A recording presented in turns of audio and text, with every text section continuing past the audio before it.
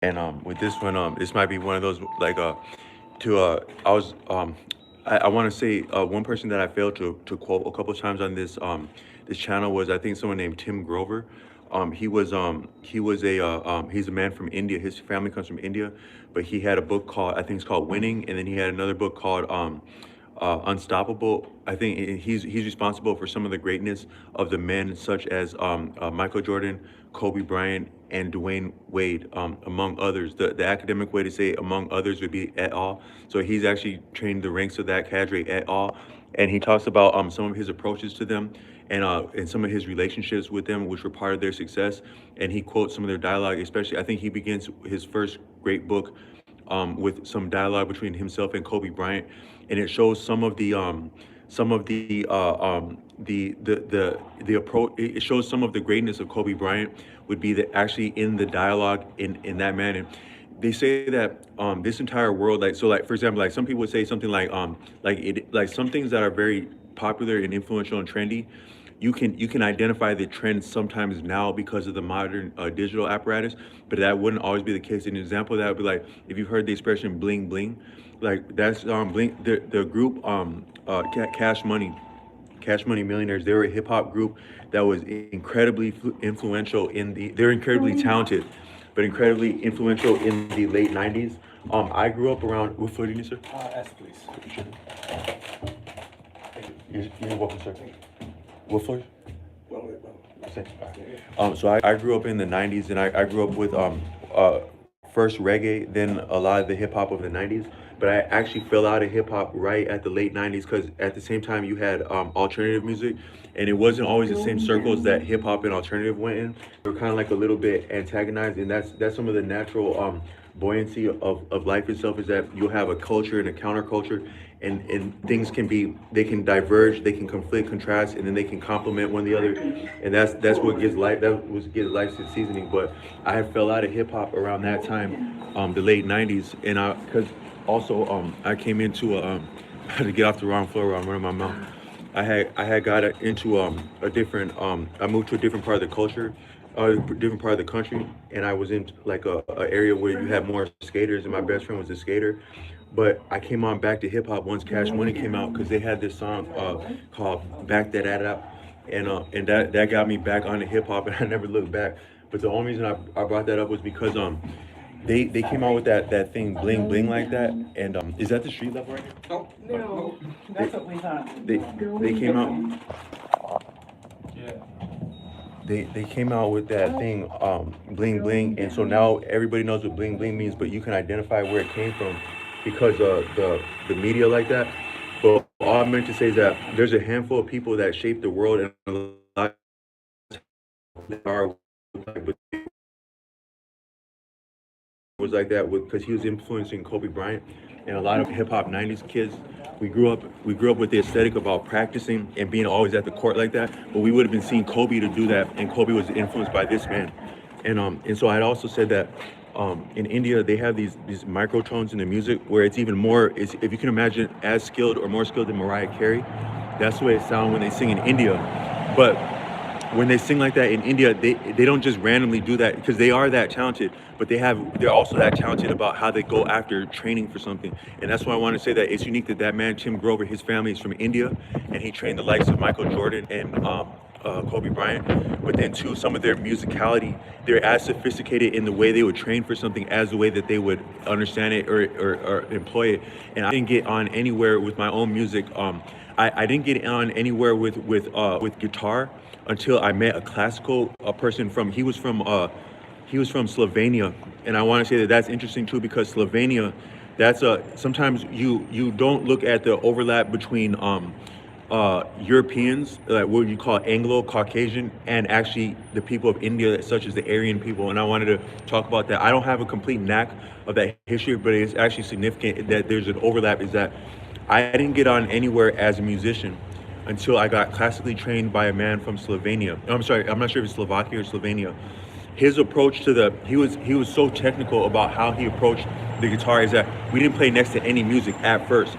It wasn't that he wasn't musically inclined or interested in me becoming musical, but just for the sake of it, let's start somewhere. Let's start with the technical piece is the finger independence.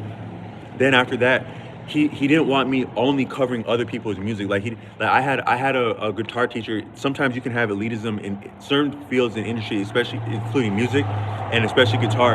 You can have a lot of elitism in things like guitar, where it's kind of like, imagine like two people set up a lemonade stand, right? You got a grown ass man over there, you got a lemonade stand for no reason, just out there, right? But then on the other block, you got some little kids that got their own lemonade stand for no damn reason, right? They each got to have their own reason. Each person's reason is good another. If that man's not bothering anybody and he procured that lemonade, he's not bogus to set up a lemonade stand outright.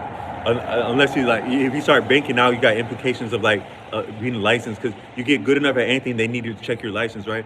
So you can show up somewhere and start playing guitar. Someone say, hey, how long you been playing? Oh, so they actually want to check, do you have a license to do what you're doing right now, even though it's a free country? But ostensibly anyone can do anything. But that the man with the lemonade stand, he won't outright get the same traction as some children selling lemonade, unless he got that good lemonade shit that we got to check them ingredients at a certain point. What you put in there, buddy? But not to be egregious and conflating stuff like that, but just to say that people that would show up somewhere to present wares, they don't necessarily get the same traction with the same wares. Also, aesthetics. When you present music, and a lot of people, they would say that they would say that on the surface, like, yeah, for a musician, your style and presentation matters, but it may be deeper that it matters. Yeah, it does matter that your style need to be working and clicking, but that it gets to click for you there, the way you are. It has to coalesce with your story, your backstory. You can appreciate that artistically. However, your backstory and your aesthetic also have to click with the deeper trends that you're tapping into and that you're viable for, and that your music suits and serves. Because all things actually serve something to win with them. Even music, even the cool stuff, even the pop stuff, even the social media, it all serves some greater trend or form. Otherwise, it's not viable until it starts its own trend. But what I meant to say is that there can be a lot of elitism in guitar. So I'd have some of these guitar teachers that were very skilled, but they would mock things like they would say something like guitar syndrome. Guitar syndrome is a condescending, chauvinist, kind of tongue-in-cheek joke, banter about the difference between someone that would be interested in guitar, and maybe they have some chops with guitar, but they're not respected among guitarists at first outright. Such as that what that's reaching for, guitar syndrome. And that a lot of time refers to people who are not literate with reading music.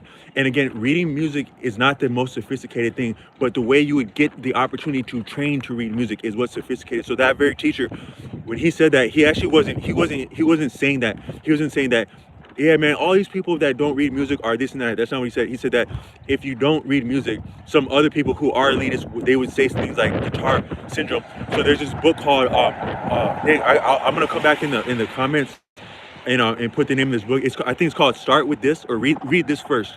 It's a guitar book called Read This First, and it's a very, very simple book. My first teacher ever said that the greatest lesson, that you have different forms of teachers in your life. Some people come in your life merely to initiate you into something. They're not to be always with you, to always be with you, training you for anything. But the respect that they have for you, what they see in you and your experience with them, it initiates you into a lifestyle and a way of being that you don't come back from. So for me, my very first teacher, his name is One. My real guitar teacher, for the record, is One Ashanti. I met him inside of a church venue, and I would be in church, like sometimes they'll challenge you to not. Sometimes, so according to Arthur Avalon, when you are idle, you actually communicate a degree of omniscience and omnipotence. If you can imagine, like some construction workers busting it, they're busting it down, they're busting their backs right to work like that, right? But then here you go, and you're standing there with your arms crossed, folded. Like most people, if you've had like military training, your body language counts, your respect and your demeanor and your etiquette matters. It not only the military, but like if you're around other adults for any reason, where you have livelihoods at stake and you also have formidable people, you don't know how people are cut from, you don't know what people got in them. Sometimes people know what they are cut from or what they got in them until the situation calls for it. So you have to mind your etiquette in anything. But then you got all these people, these badasses, military equipment, weaponry, rank structure, giving people orders that can mean life and death. You have to have a way of getting by with that, and that's for all things. But that'd be like etiquette there. Dang, I a little bit diverged with that. But what that man, One Ashanti, taught me is that you can't judge a book by its cover, and he taught me he taught me how much power in a book that doesn't look like it can pack. But then I forgot. I wanted to say something about etiquette after that, but I a little bit lost that train of thought. But etiquette matters anywhere you go to do anything. But so that book, it can get you the chops to read quickly. It's called it starts out with things like Mary Had a Little Lamb, but all I'm really referencing that for is that it's an approach. So that approach. Oh no, I'm sorry, the etiquette. So I was saying is that when you and if you're in a military training venue, you're not tolerated to walk behind people, to step on someone's shadow, to fold your hands, to fold to cross your arms like that. Only people of a certain rank can do certain gestures, certain body language. But that's clear and it's understood, so there doesn't have to be a misunderstanding about it. And you can actually you can develop, because willpower is actually more of a skill than an innate talent. Willpower is a skill that you practice, and part of willpower is being present of mind and disciplined at once. And that's always demonstrated in your etiquette. Like, since I've been in some of the training venue, brief exposure to training venues, different times in my life, people will exactly peg me for a person of a military stature and bearing, and it may be no more sophisticated, is that I simply have been exposed to what etiquette is under stress, and how significant etiquette is, but also how much of a skill set that can amount to when it comes to all the way back to being disciplined and being I think the word is felt, SVELT. That's like when a cat is very supple like that, and it's one of the, if you study anything deep enough, you may come across the significance of cats. Like, if you were to study fragrance like that, you may appreciate cats. If you appreciate politics, you can appreciate cat. A lot of things you can come back to cats, how great they were. And it's interesting that the Egyptians would point that out. And then also there's not to name drop, but there's a YouTuber named Zip with the Drip.